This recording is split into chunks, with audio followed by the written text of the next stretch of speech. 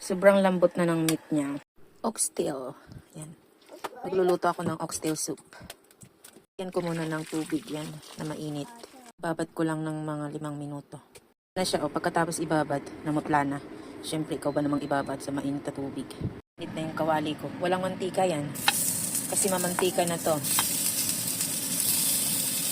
May sarili na siyang mantika. Parang ikaw may sariling mantika. Tayin ko lang na mag-brown-brown siya.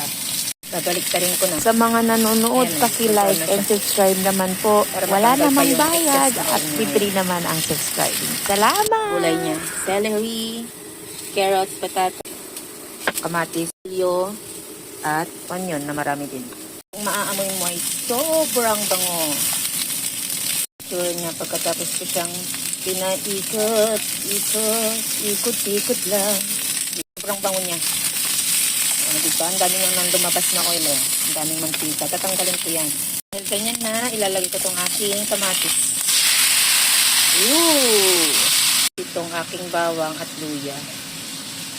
Halagayin mo ng todo. Kulang muna yan. Kulo. Lagay ko na itong aking sibuyas. Halagayin mo ng todo. Tatawa ako sa kanta ko. Takpan mo ulit. Ano daw? Takpan mo ulit. Ayan. Ayan na. 100 years later. 5 minuto lang pala. Ayan na siya.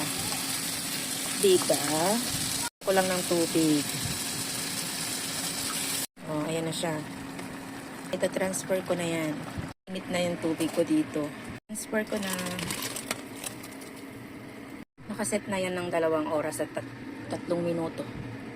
At ilalagay ko itong aking celery, ang aking cabbage, potato and carrot. Dagdagan ko lang yan ng konting tomato sauce. Pero kung meron kayong tomato paste yun, mas maganda siya. Tapos salt.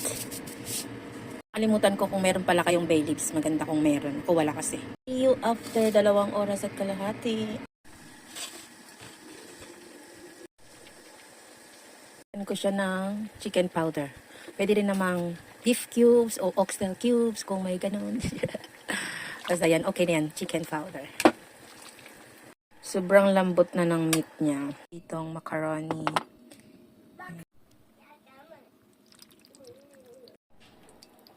Diba? At meron din akong kanin. Ayan, di mawawala yan. Kanin is live. Kainan na!